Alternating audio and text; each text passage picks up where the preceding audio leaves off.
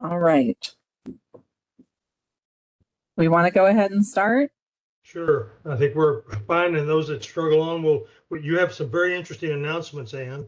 Why don't you do some of those, please, and start us off? Okay, so I wanted to welcome everybody to the ASQ meeting for April.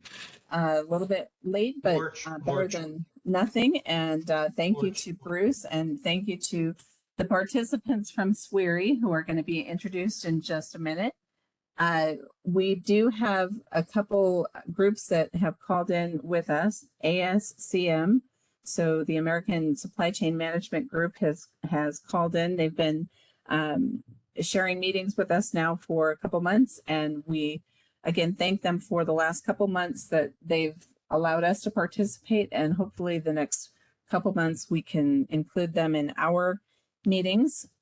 For the month of April upcoming, we are going to be doing some things that are a little bit more geared towards people that are interviewing for jobs. So we will be doing a how to dress for interviews, what kind of interviews those are, and then the questions to ask for interviews with human resources specifically, how to get your finances in order, especially if you're just coming out of school, and how to get on that right path. I'm also trying to get a coach, an executive coach, to come in and do some how to present yourself type of mentoring, and do an evening of that. So we are trying to put that together for the end of April, and hopefully that kind of coincides with everyone's upcoming interview schedule. But I will go ahead and allow Bruce to introduce his former co-workers, hopefully, to talk about how to put together great bids. Yes, everyone. I've retired from Southwest Research after 39 years, and I know these three gents. They're very good people. They work well on their own and as a team. And Southwest Research Institute is not the place where the baboons or the monkeys are, but they are the place where 2,000 plus people work, 3,000 total, I think now. And they consistently bring in a lot of work and very successful at it. Again, one of the main things that I want you to work with you is learn how to draw sequence diagrams and how to utilize them in a project. So for this assignment, you will be writing sequence diagrams based on your use cases. This is again for your semester. Is that our meeting or another meeting? Yeah. Ben, are you still on the line? So He's still on the line. I didn't know if that was one of the presenters. It's not our meeting. I think they're teaching a class somewhere. So let me just give the three people I invited and our panelists. We basically are looking, quote, for the secret sauce that Southwest Research has. They consistently bring in about $700 to $800 million a year, year after year. One time, a person now deceased out at the Institute told me, Bruce, don't you understand it? This is the most successful startup in Texas. Don't you know that? Haven't you realized it? They just started up in 1947.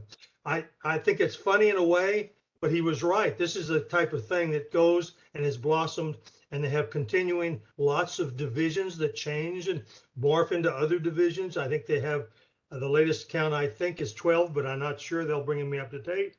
So let me just introduce the three people.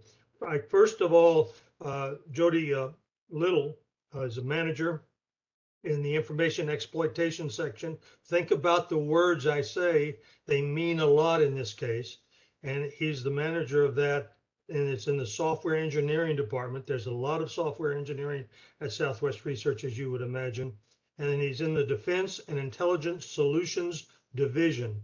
To me, that's Division 16. He's going to tell us a little bit about himself. And when we toss it to him, he will give you some more information. One of the interesting things about him, he's done some work with Joint Base San Antonio and the U.S. government, and he probably has some things to tell all of us because I don't know much about that at all. The second Jody we have is Jody Cronenberger. He is principal engineer, a very high level at the Institute, Southwest Research Institute. It's the Aerospace Structures section. That's a perfect title. You know where he is. He makes planes fall apart and tells you why, and other things.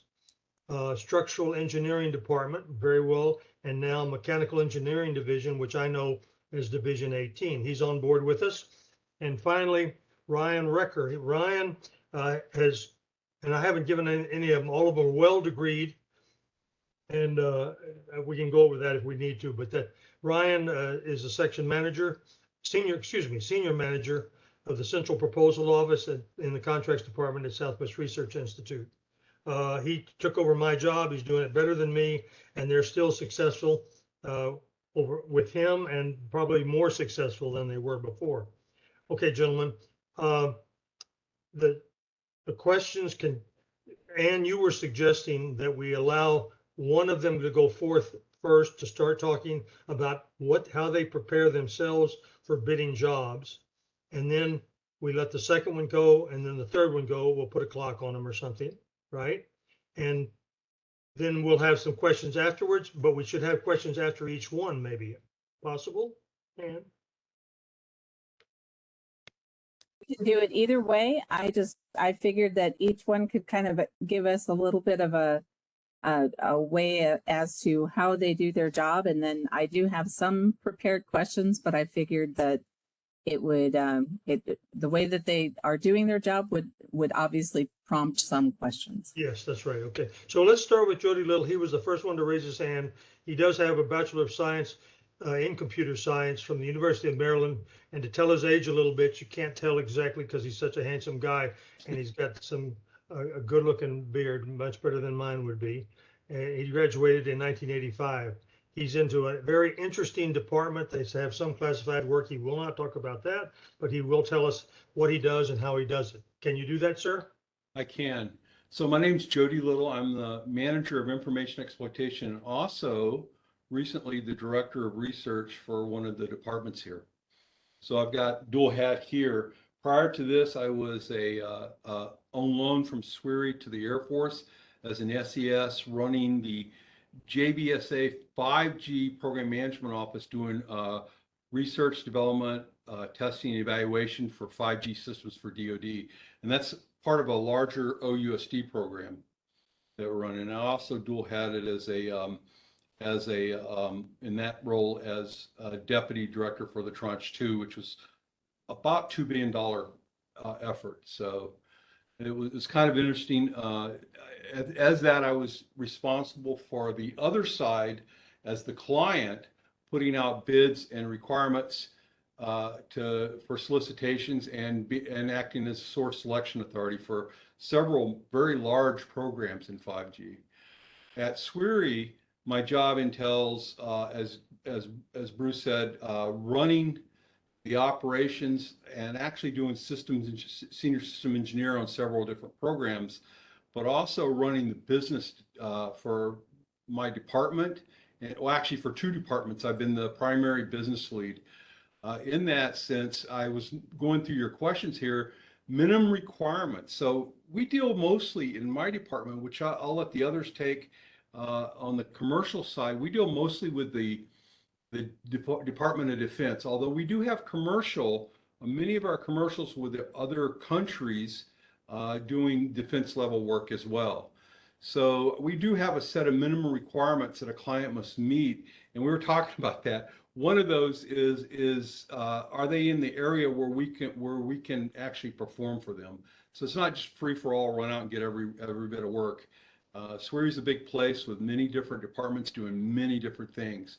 We do focus on the kinds of work we do well, and that's systems development, system engineering for Defense Department, for intelligence systems, for RF systems, and for basic processing systems. So we do look at a minimum set of requirements. I will also point out that, and I don't want to steal the thunder on some of this, but SwRI has a really good set of processes to support business development, including a very robust set of checklists for the best practices for proposals, to win proposals, no bid and bid decisions templates, flow charts for the process, and so on. My experience prior to SwRI coming in was running everything from very small $100K, $100,000 programs to proposal efforts and programs going out to, I think the biggest one I had was about 800 million. So it kind of runs the gamut, and how you approach those is slightly different.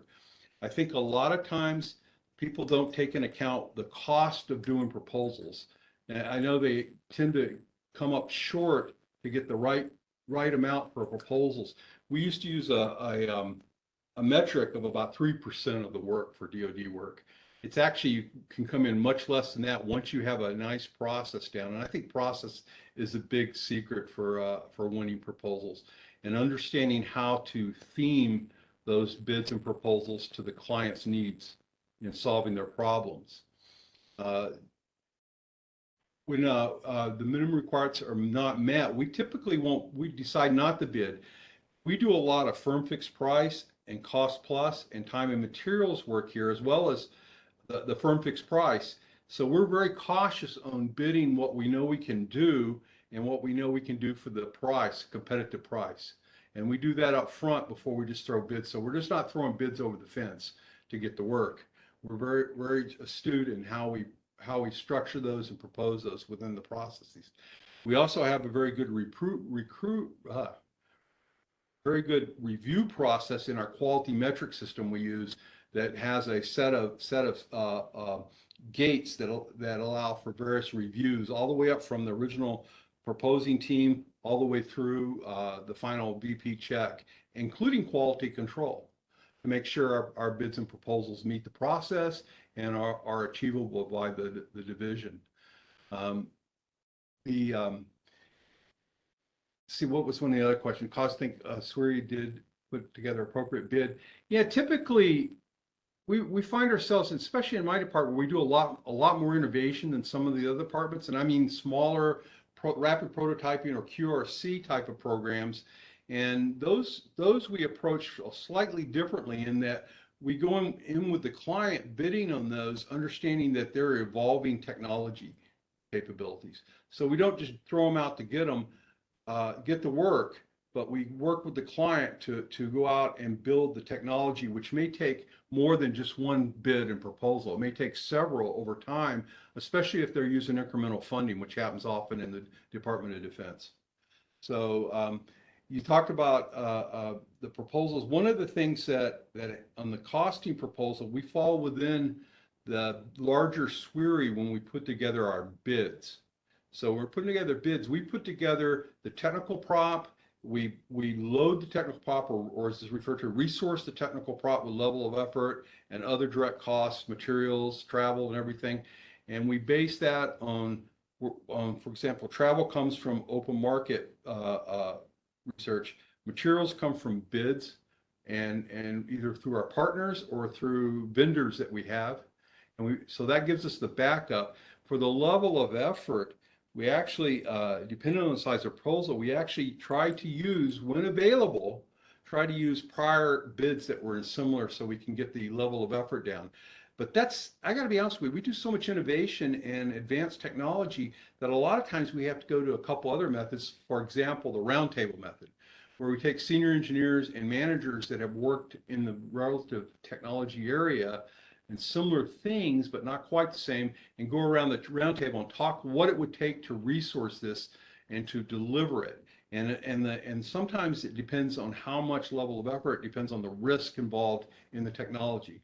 We have some that are very risky. In fact, we're not a risk averse person, but what we want to do is make sure that if we're taking on that risk aversion for delivering, that we account for that properly. So I hope that answers the first part.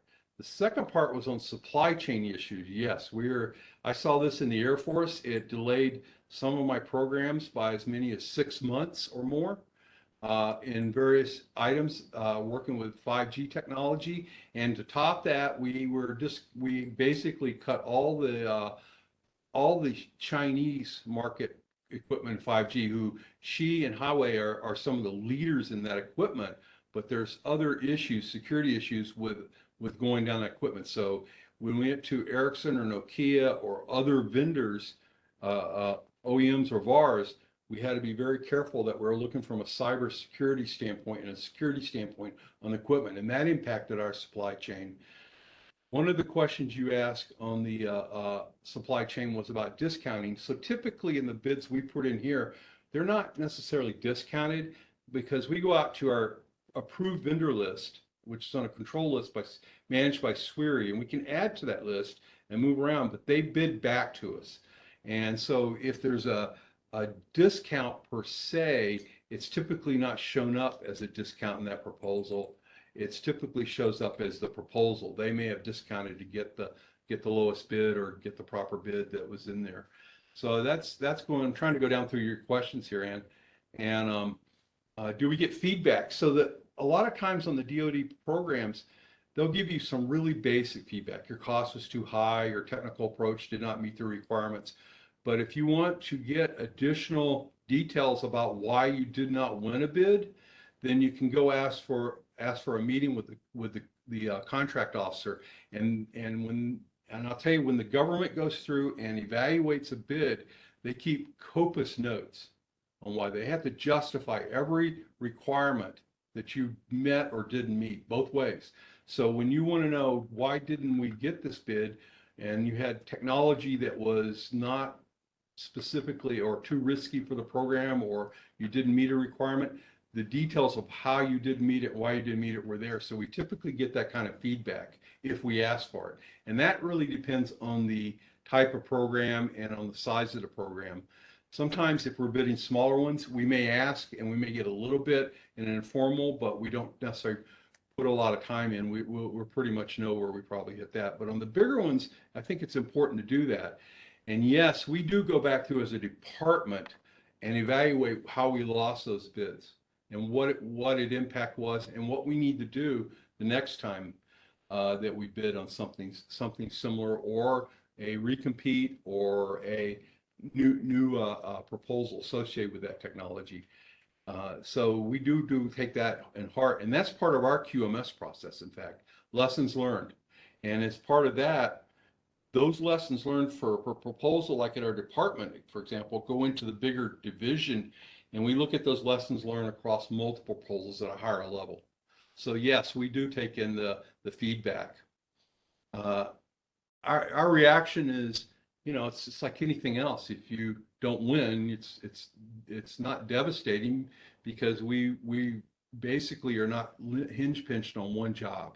We have a lot of work, but it is a big letdown, and it is a refactoring of where we are in terms of operation and what people we had planned. So we've got to go refactor, but we always have bids going at different levels. So we're always working at it. Usually we're behind, in these days, behind the scenes of trying to resource these with engineers and software people to do them. It's just hard right now, pulling the people in. You asked if we had independent bidder. We typically do both pink and red team, but along the way we have some informal independent readers looking at some of the storyboards until we get to a pink team, where we look at the storyboards and the themes to go through that. And then after we've done our writing and editing and had it ready, that it would be pretty much ready to go for transmission to the solicitor, to the soliciting agency, we have a red team comes in, usually of people who have experience both technically and management wise on bidding these, so they can go through and exactly what it means. They bleed all over it with a red pen. And then we have to make the choice. Do we accept what they've said we should change, or do we go with it? You don't always have to go with their recommendations, but it is very much worth listening to, because, and I've red teamed a lot of things in the past, and seen where those little idiosyncrasies or those little things that can cause you to miss. One of the things that I will say this is, people don't read the requirements, the statement of work, if you will, and don't bid to that. They bid either more, or they miss requirements, and they try to put more. Oh, we have this great thing that would work real well with them. But the first thing you got to do is meet those requirements, or you're going to you're just not going to make it through. So that's a big part of what goes into some of the teaming. If something's off, we have chosen at the last minute not to bid, but typically if we're putting a bid in, we feel pretty confident that we at least have a decent chance to be competitive in the bid. But we have pulled back on them where either circumstances have changed during the bid, or our understanding that was hidden, and that happens sometimes with our clients with the DoD. There's some hidden circumstances that weren't brought out in it, so it makes it a little bit hard to compete. So we have pulled back, but that's usually prior to the bid.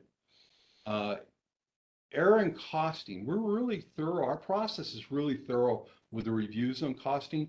I would say just in general on a proposal, there's 5 different reviews that go forward looking at the different proposals and at the costing especially, both on the management side, and usually at least one, if not several technical people to look at the resource loading and the level of effort and the ODCs.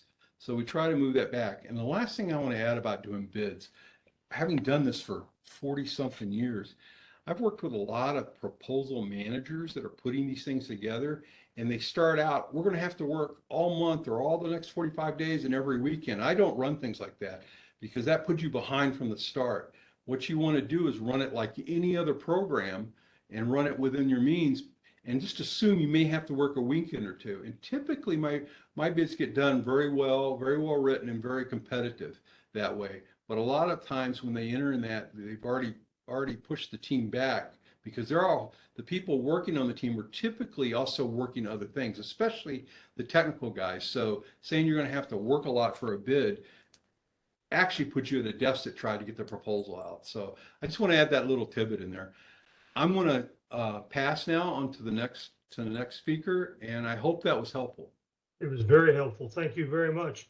The second speaker, and we'll get back with him with other questions, and Ann has been sending some out in the meantime. Our second speaker will be Jody Cronenberger. He's that principal engineer from the Mechanical Engineering Division. Jody has a Bachelor of Science from Mechanical Engineering, summa cum laude, UTSA 2004.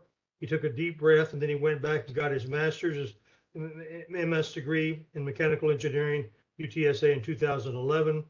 He is going to talk to us. Generally speaking, he will be commercial, not as much government. Some divisions are highly commercial. Some divisions are more engineers, and some divisions are a lot of scientists. But in his division, they're generally engineers, mechanical type, and they do all kinds of mechanical work. Jody, by the way, it's good to have 2 Jodys online. Because of that, we had thunder in northern Bexar County and rain outside, which all of us know this is an important thing for us. Those of you outside of this area, just laugh, but it's true. We really need the rain. Jody Cronenberger, why don't you go ahead and tell us a little bit about your background and then how you address the same type of subjects. Yeah, okay. Excuse me, my voice is a little got some allergy stuff going on, but I'll do my best to to talk. So yeah, I primarily focus in aerospace structural tests.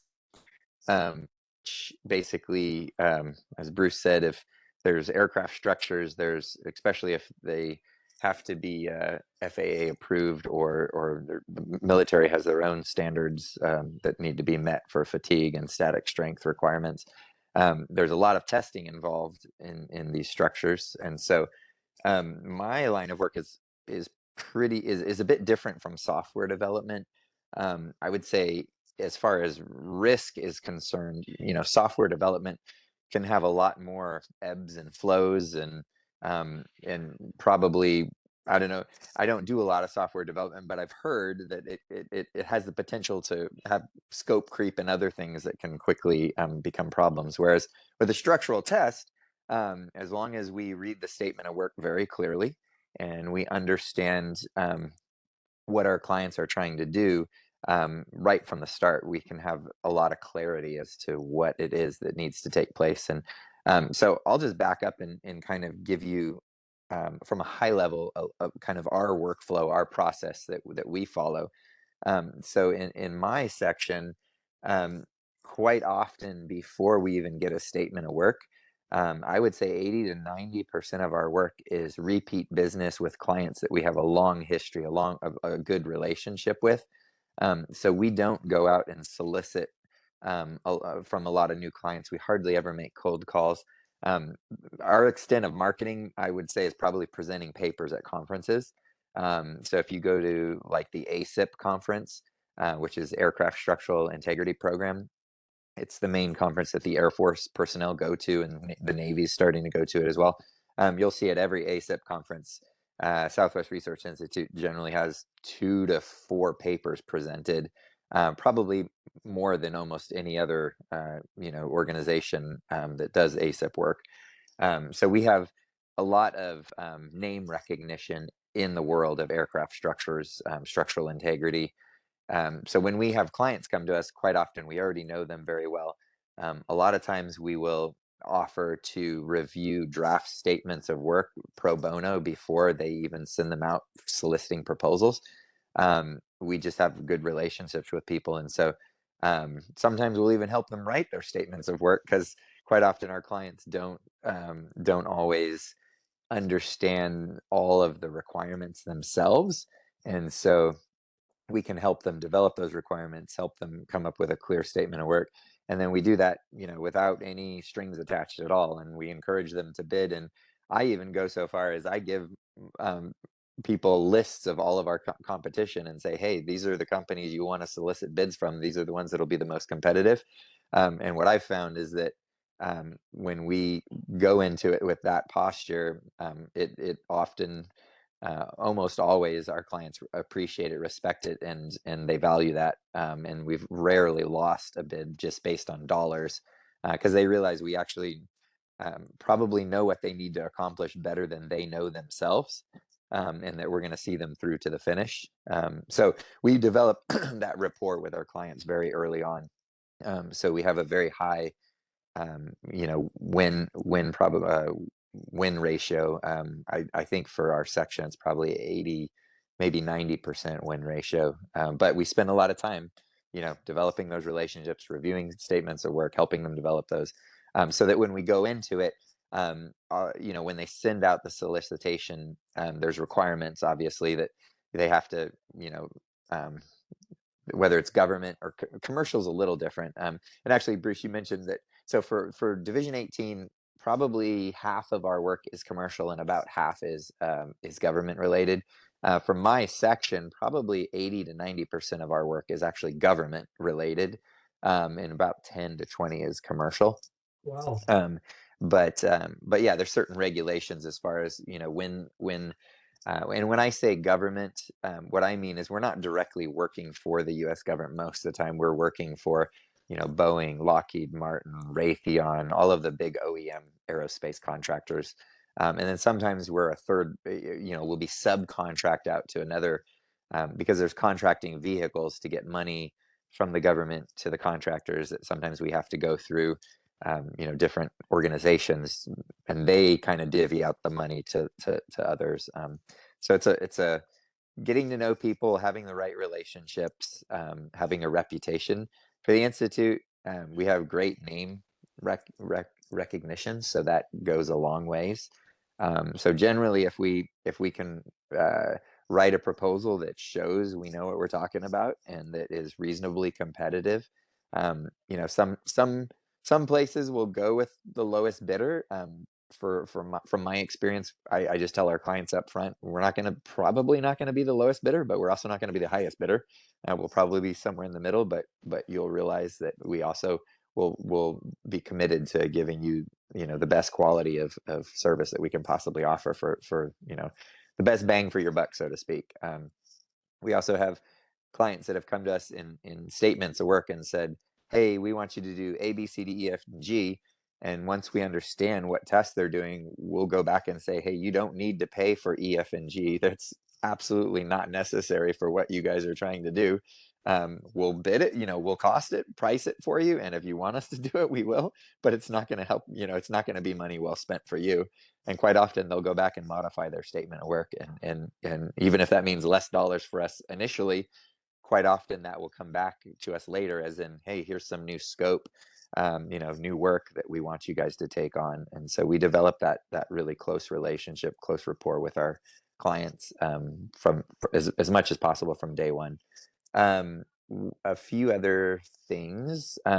If we do lose a contract or a proposal, we do ask for feedback from the client, and we just say, hey, you know, we're constantly trying to improve, trying to learn how we can do better in the future. Can you give us feedback? And so they'll, well, I would say about 50% of the time people will actually take the time to send us feedback. The other 50% you just don't hear back. But we also internally within our section, we also have a history. We kind of track who we're writing proposals for. So for instance, like Boeing has a lot of internal labs that do structural testing within their own company. And what Boeing sometimes will do is solicit proposals from outside organizations to try to compete against their own internal labs to try to drive their own internal labs costs down. So there are times where if we feel that this isn't a legitimate proposal, we will choose not to bid it just because we have, you know, we've seen that it's a low probability of winning from that particular group. And so we have enough work that we, our guys stay really busy, our guys and gals. And so we don't really need to, we vet things in advance. So if we get a solicitation from somebody we don't know very well, we'll ask a lot of questions and see how they respond. And that quite early on, we can tell how serious they are. And how they respond to questions will give us a kind of a gauge for feeling out, you know, testing the water, so to speak, if these are, if it's going to be a good group to work with, or if, you know, if they're unresponsive and they're, you know, they don't even know how to answer questions properly. And then it's like, no matter who these guys work with, it's not going to be a good situation. So we kind of will, like, I guess we're kind of in a situation where we have the ability to walk away from situations we don't think are going to be healthy for the institute, or so that's a good position. We don't have to reply to everybody. I think I've hit on a lot of the main ones you guys have mentioned. Yeah, we do review processes. So we will have like a red team quite often. Once one group develops the proposal, we'll have another group read it. There's a couple engineers in my section that are extremely gifted in grammar and spelling and writing, and I will go to them and say, hey, can you review this, because they are really good at picking up on even better than some of our secretaries or administrative assistants. And so you know, I have a good relationship with certain people that are really good at kind of making sure it reads right, and then we have people that are technically good at reading the proposals to kind of compare things. And early on, when we get a scope, you know, clearly define a scope, people that are a little more senior will just say, hey, give me ballpark estimates as to what you think it'll take to do this work. And so we have kind of estimates from different people. So as we develop our bid, we can kind of see if we're coming into the ballpark of what most of the senior people think it should be. And that kind of helps us to identify if we're you know, if something's way out in left field, it's like, okay, what are we missing here? Like, you know, let's take a closer look at this. And then once the technical proposals, you know, whoever's writing, well, it's kind of in our situation, quite often I will write the technical proposals and I also manage the work, either quite hands-on management, or I will manage, or I'll ask some of our younger engineers to manage phases of it. But I'm very involved in the decision-making processes, just because with structural testing, there's a few things you got to really make sure you get right from the start, as far as how you design a test and how you go about setting up the test. And if you get the fundamentals right, then the rest of the process generally flows pretty well. And so, you know, with bigger proposal efforts like Jody Little talks about, I think they probably have somebody, and Jody can comment on this, but I'm guessing the people that write the proposal are not as hands-on in the running of the proposal and the actual conducting of the work as like I might be in my section, because most of our bids are, you know, the smallest proposal will, I think the smallest one I've seen lately is like 100-something thousand, and it goes up to, you know, 10 something million dollars. So it's not a huge team compared to the stuff that Jody Little's group does. It's a smaller team. And so, yeah, I guess you'd say the process looks a little different. Judy, there are a lot of hands-on in these. There's key people that on the bigger ones, especially that have been participating over history that do work on those. So very similar. Okay, well, that's great. Great to hear. So this points out one interesting thing about the Institute is each division, we're all Southwest Research Institute, but we all have our own division management. And we have a central proposal office, which you'll get to hear about more in a minute. But each division also has its kind of own slightly nuanced ways of kind of doing things and going after, spending money to go after work and how they do things. So we try to share the things that work between us, and then learn from our lessons. And but yeah, it's a I guess another kind of nice thing about the institute, which also is a challenge in a way, is the engineers at the institute wear a lot of hats. So the guy that's managing the project is also writing proposals, is also training some of the younger engineers, is also so you got to be really flexible and quick for context switching and changing things. And so some people like it, whereas some companies have a dedicated team of marketing and a dedicated team that really writes proposals, and then the engineers kind of feed them material and stuff like that. But the institute, I guess it's a lot more kind of grassroots type philosophy. But anyway, Bruce, am I missing anything? No, that you've covered it greatly. And also there's two things. One is the quality assurance. They have a special quality assurance section, and they dispatch people to each division, and they handle things like calibration of equipment, which you would imagine is extremely important in a research and development organization. And they also have a very good, still pretty lean, but very good editorial department in the communications department.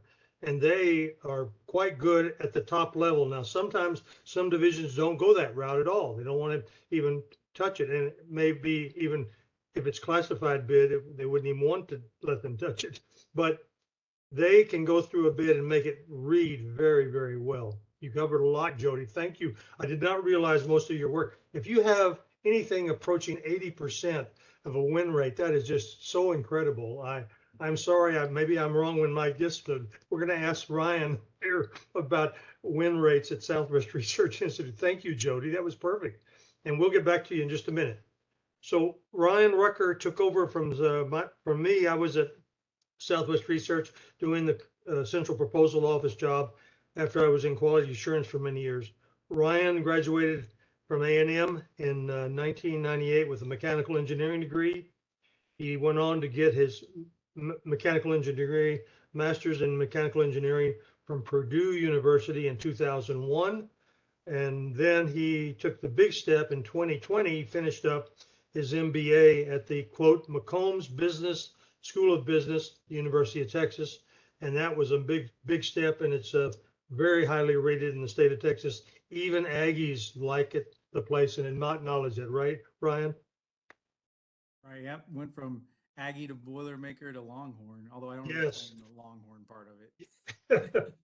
Thank you, Ryan, for participating. Tell us about Central Proposal Office, and what is your view of the win rate and things like that, please? And it's your own. Yeah, I mean, I think it varies so much from group to group. Like Jody said, he may be, when they approach a project, they're all far, or a proposal, they're far enough along that they're hitting 80%. And then there's other groups in the Institute that are selling very standardized tests that, I would guess that some of their win rates are near 100% because they're probably not even proposing to do the work until the client's already decided to do it. Let's say like for oil testing and things like that, there's not a whole lot of going out and bidding to a bunch of clients and hoping you get some of it. It's, clients are coming to us saying they want the test. And so that's pretty straightforward, and get a high percentage, I think, of those.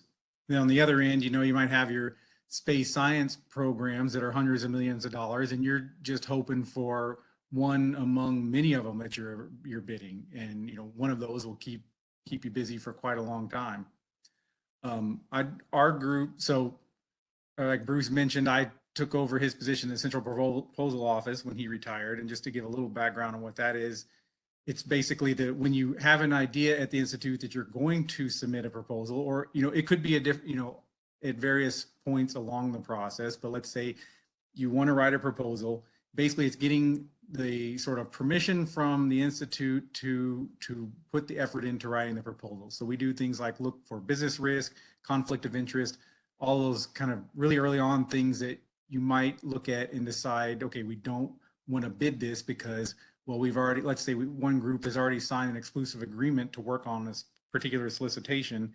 And so another group can't do that. And so we would stop it at that point. So once a week, a big group gets together with all the executive management, all the lawyers, risk management folks, everyone gets together and looks at every idea. Basically, it comes in on a form that we look at and decide on each one of those whether to move forward or not. Now, very rarely would we say no to moving forward on a proposal, but there'll often be a number of suggestions like, okay, this type of work is pretty risky, so we're going to insist on using Southwest Research terms on it.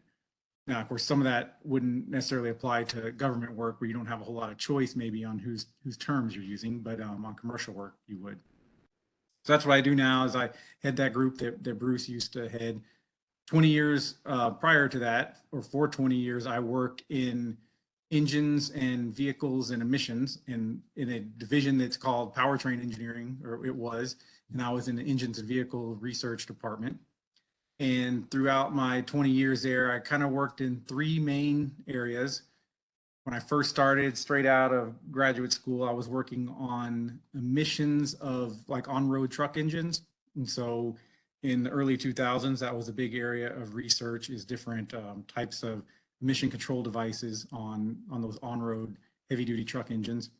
Then I moved more towards gasoline engines, so smaller, advanced gasoline engines with good fuel economy and low emissions. And then sort of ended my time in the engines area working on large engines, and large engines being locomotive, ships, dump trucks, stuff like that.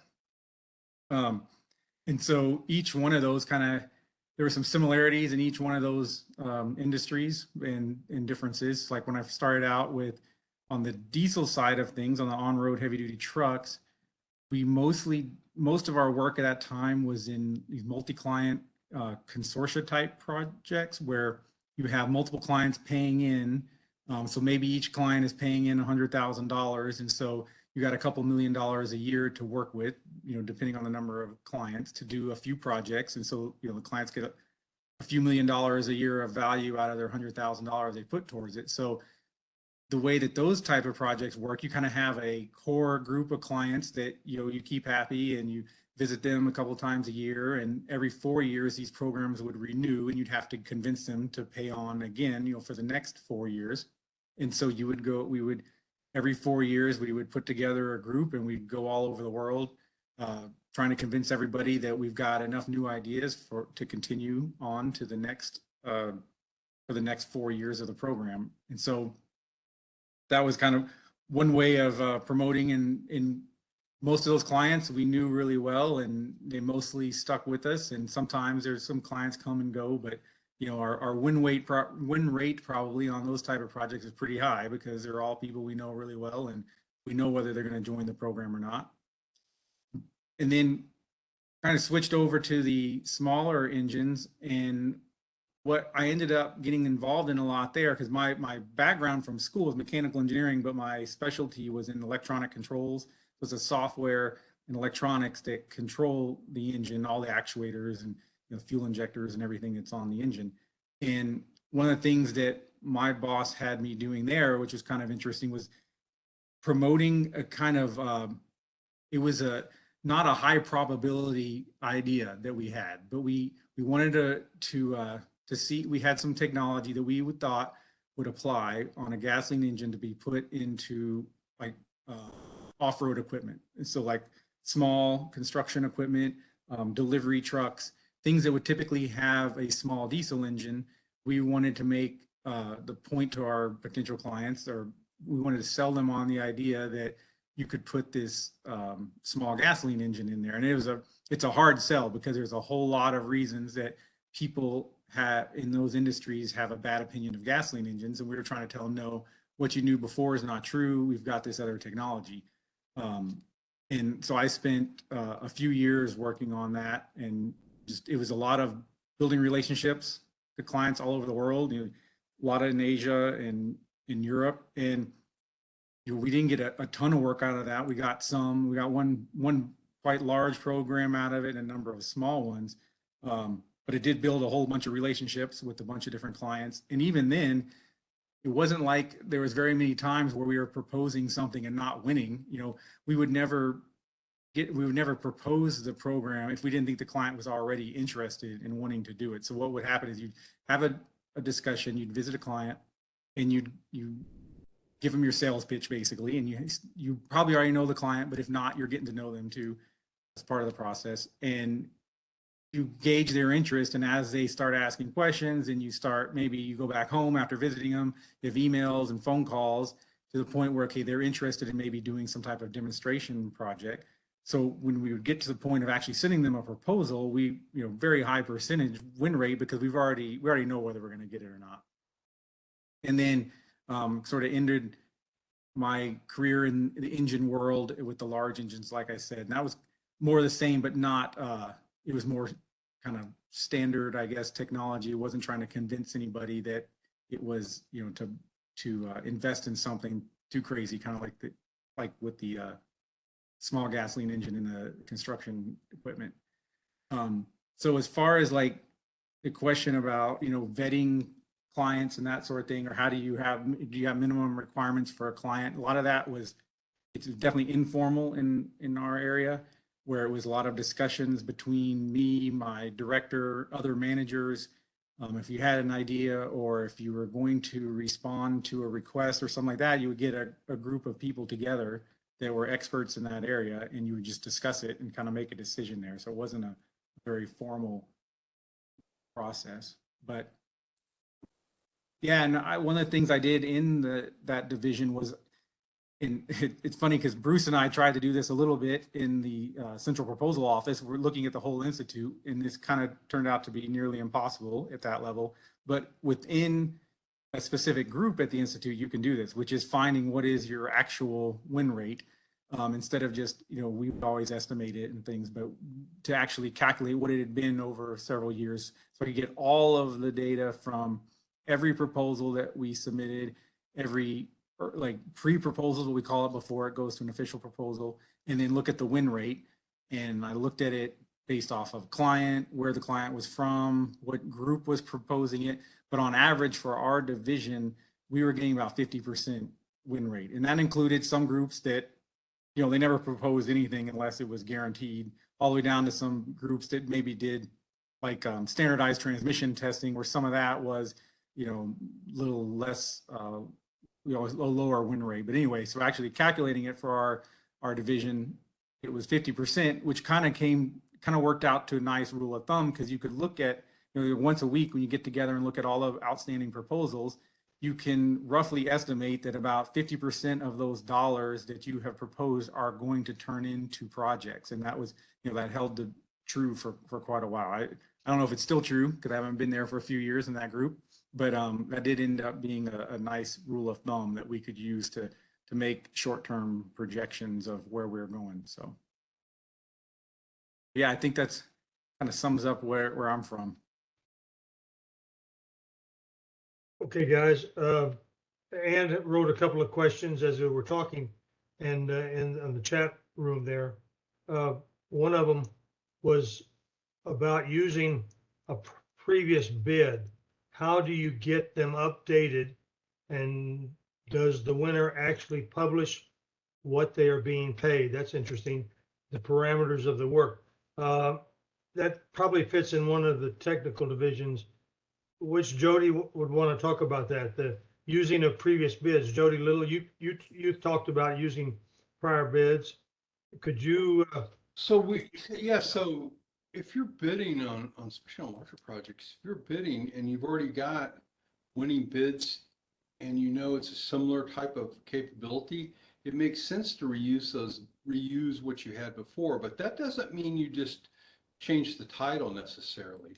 What I was talking about was when you're resourcing things, which actually impact significantly cost, that you reuse what you used as your basis of estimate, to come up with what it's going to cost to be competitive on and to bid it, what it really takes to do the job and to be competitive to do that job.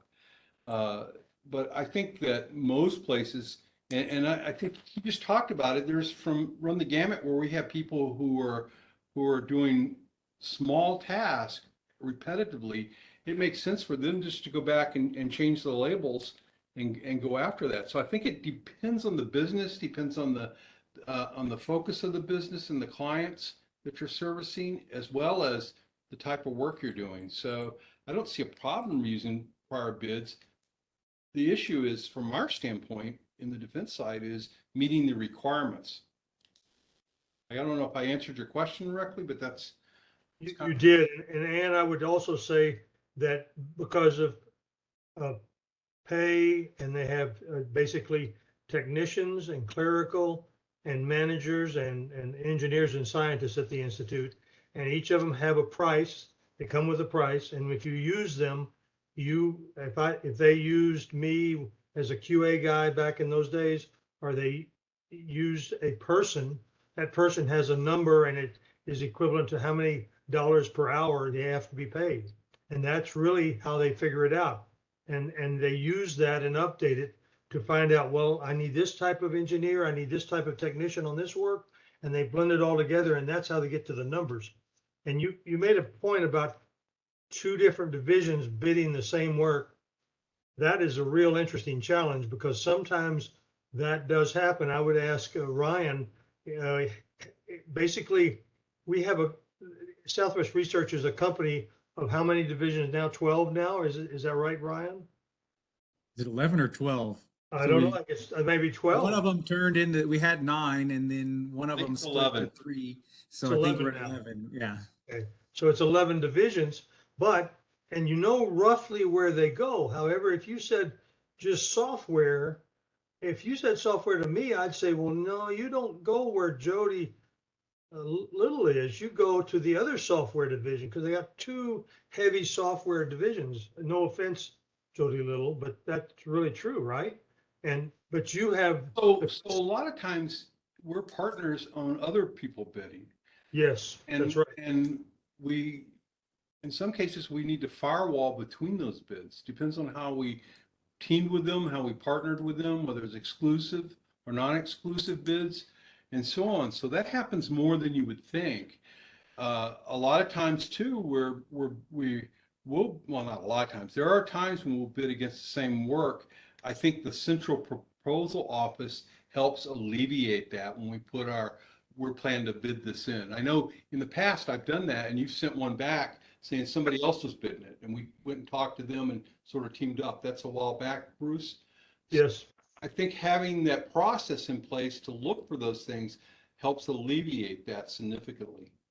Yeah, we actually implemented a more formal process after Bruce left at the request of our executive vice president, that every one of these forms that comes into the CPO that requests a proposal number, each one of those has if there's a solicitation that it's going after, that's on the form. And what the new process is all previous proposals to that solicitation get printed onto the form. Oh, So you wow. can just glance at it when you get to it. And like we had our meeting today, and there were several big NASA proposals that had several other people proposing to them.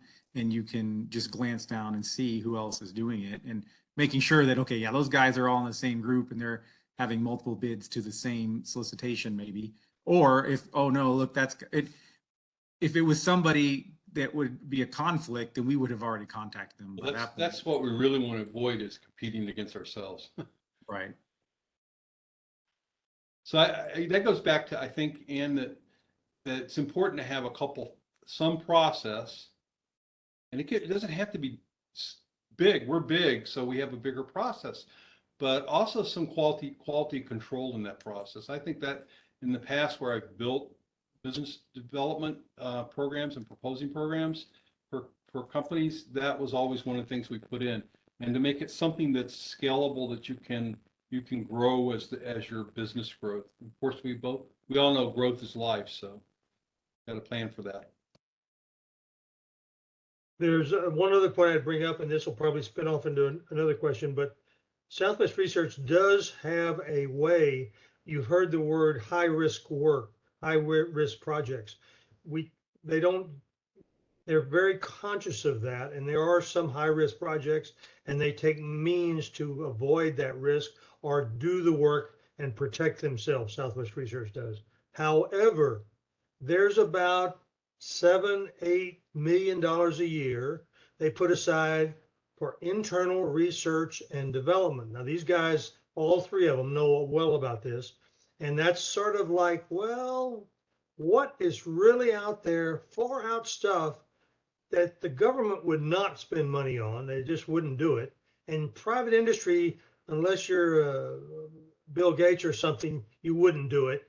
But they actually say, okay, make a case for projects, and they have various projects at various levels, from $10,000 to 120, 150,000. And they've even gone to work with UTSA, and they have projects that are funded by both Southwest Research and UTSA, and that's grown quite a bit, I believe. Ryan, can you speak to that? Yeah, we just had the latest round of those. I think we had about 7 different groups make proposals with UTSA for that program called the Connect program. Yes, and those are typically high risk that people would not, companies and governments would not normally pay for. But if it, and what do I mean by high risk? Something that somebody has an idea, and most everybody would say, "Are you crazy? That won't work." Well, maybe it will work if you have the right people on it, and you can apply technology. And this is an applied technology organization. They don't do a lot of basic research. You give something to Southwest Research and say, improve this for me, please, whatever it is. And they're in their element there. And then they sometimes say, well, we can't make this, what we're trying to do, work. Well, sometimes they come up from that. That's a little bit more basic. But this is not basic research at Southwest Research. They're very much applied, very much.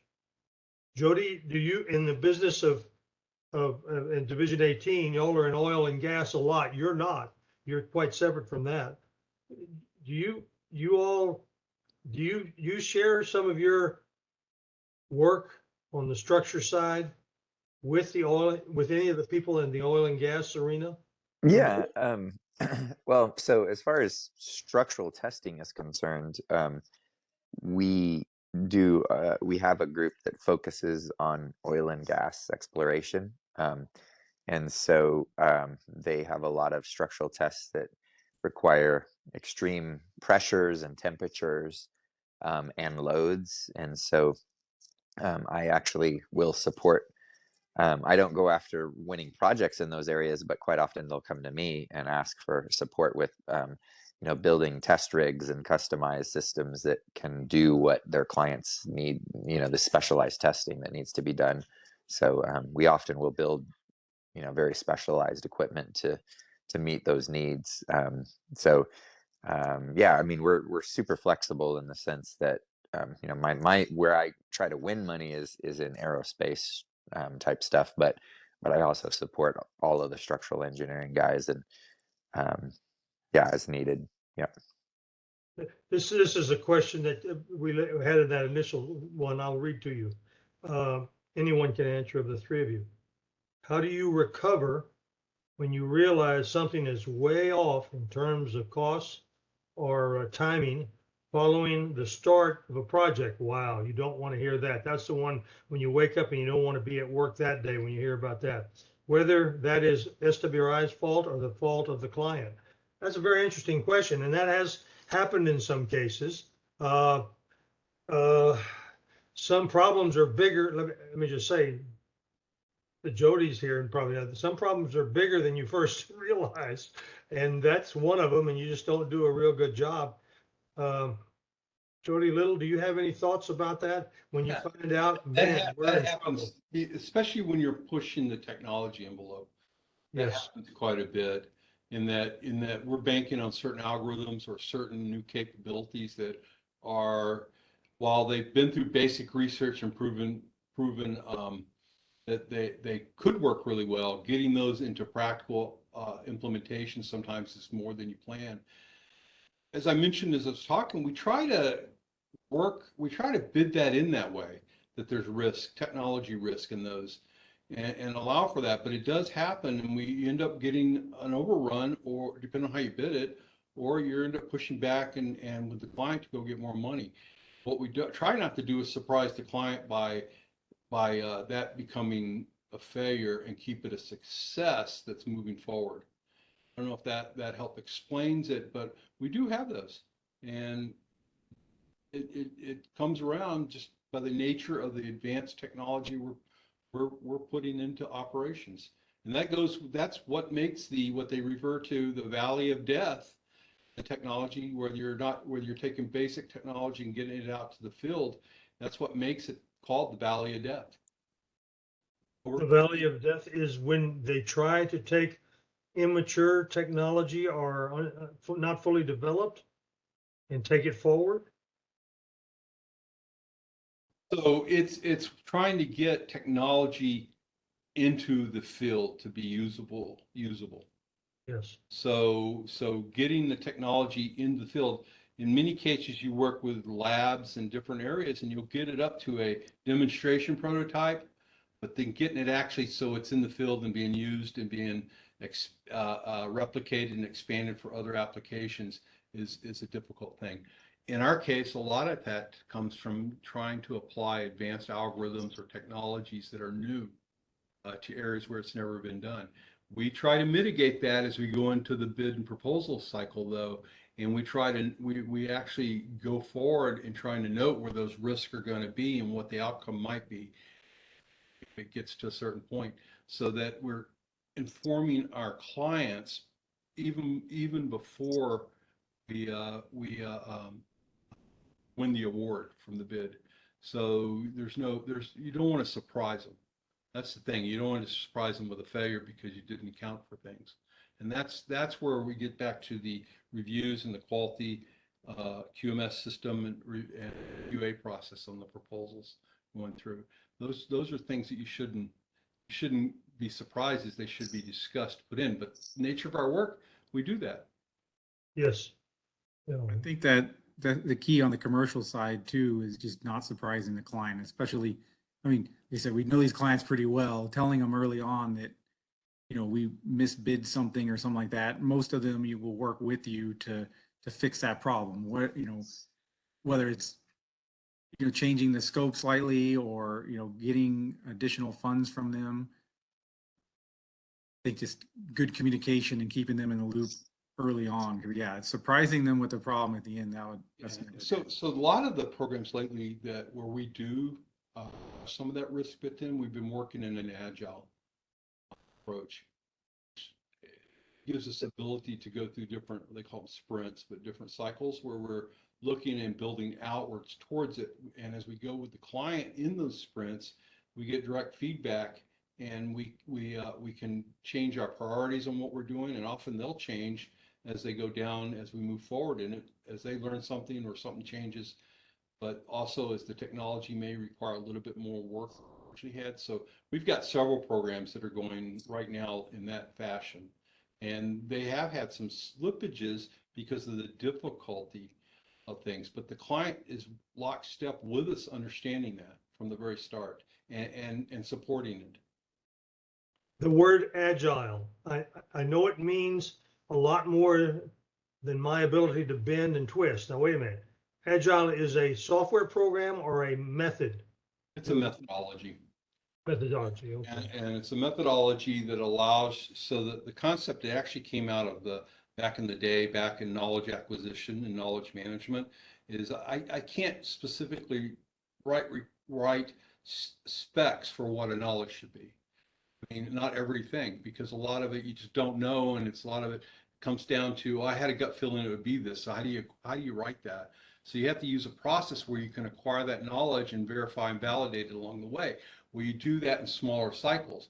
Eventually, that came down to a process that moved into the software, but also it's being done a lot, and I've done it for years in the systems where there's hardware and software development, where we have, especially with risky systems, where we've done these cycles, that these sprints, if you will, it's the right term, where we've gone through and developed, and you always have a product coming out of each sprint that grows towards the end product or the end solution that you're after, but it may change, it may not reach exactly that sprint that you specified.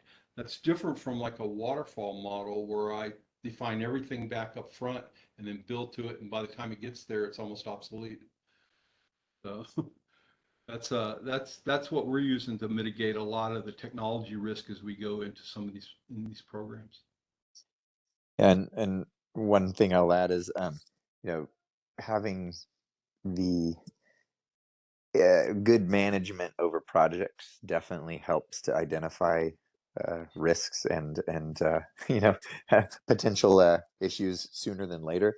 But there are times where, for whatever reason, the Institute has found themselves way over budget on certain things. And one of the nice things about the Institute is, if I make a bad call on some projects, then as long as I'm not doing it consistently, it makes for some very unpleasant meetings with management.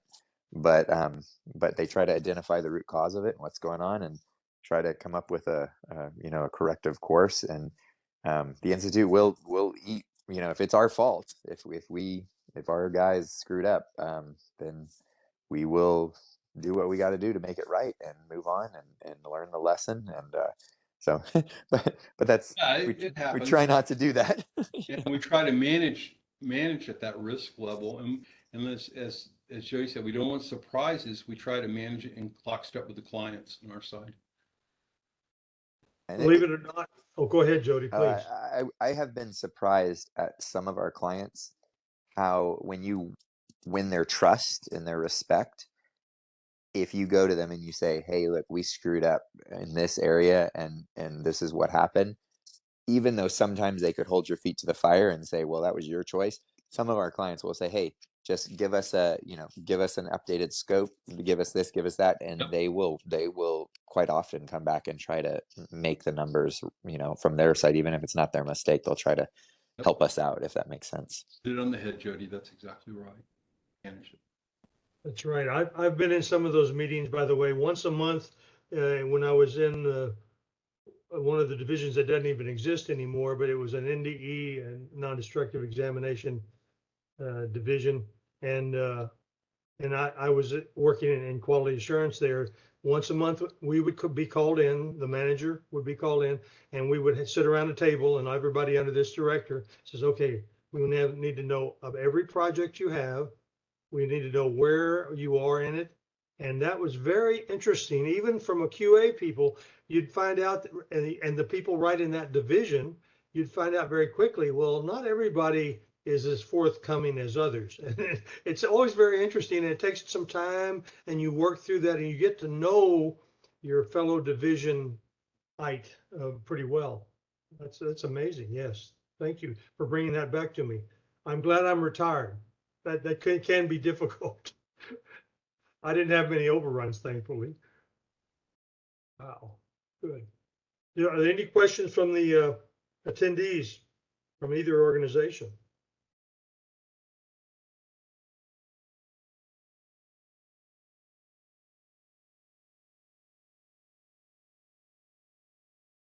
We have people represented from Toyota and other places around San Antonio, and a few beyond that, I believe.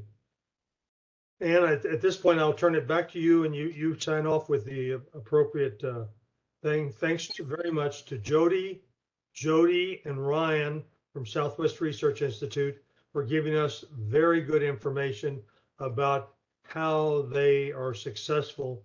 And as I listen to it, I think, wow, some of those things are really neat processes that work very well for them.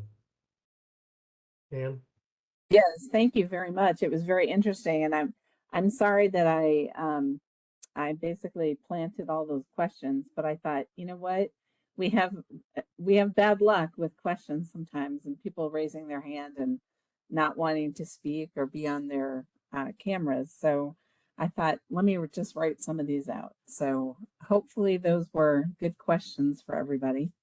But, you know, definitely if somebody has one, raise your hand or put it in the chat room and we can ask that. I did notice that there are a couple people that put their phone number on here instead of their name. And just so everyone is aware, we can only give continuing education units when we have your name. So for the couple we have a number there, if you could email me and you know, let me know that, hey, you were 330640 ... 40, that would be great. And or if you're with Roy with the ASCM and email him, I would really appreciate that so we can get those CEUs over to you. And again, gentlemen, thank you very, very much for doing this. It's very interesting. I know I have a relative that does bidding, only they do it on the road system in Florida. And if anybody's ever vacationed in Florida, their roads are always being worked on. So I know how difficult that can be. She's on the environmental side. So I know that bidding can be a bit frenzied. So thank you very, very much. Again, wait for the announcement to come out for the April meetings. We are going to try and do something for the up and coming graduates, something that would be in preparation for them interviewing for jobs and hopefully entering the workforce and becoming full-fledged members of ASQ and ASCM and potentially SwRI and all of the other organizations that we belong to. So again, thank you very much. And thank you to everyone who participated this evening in our educational event. And hopefully you all got something out of it because it was pretty well done. So thank you. Thank you for the invite, Ann and Bruce. Yes. Thank you all very much. Thanks for having us. You bet. Look at that guy. Rest of the Thumbs up evening, from some guys. people. Thank you. That's cool. Thank you.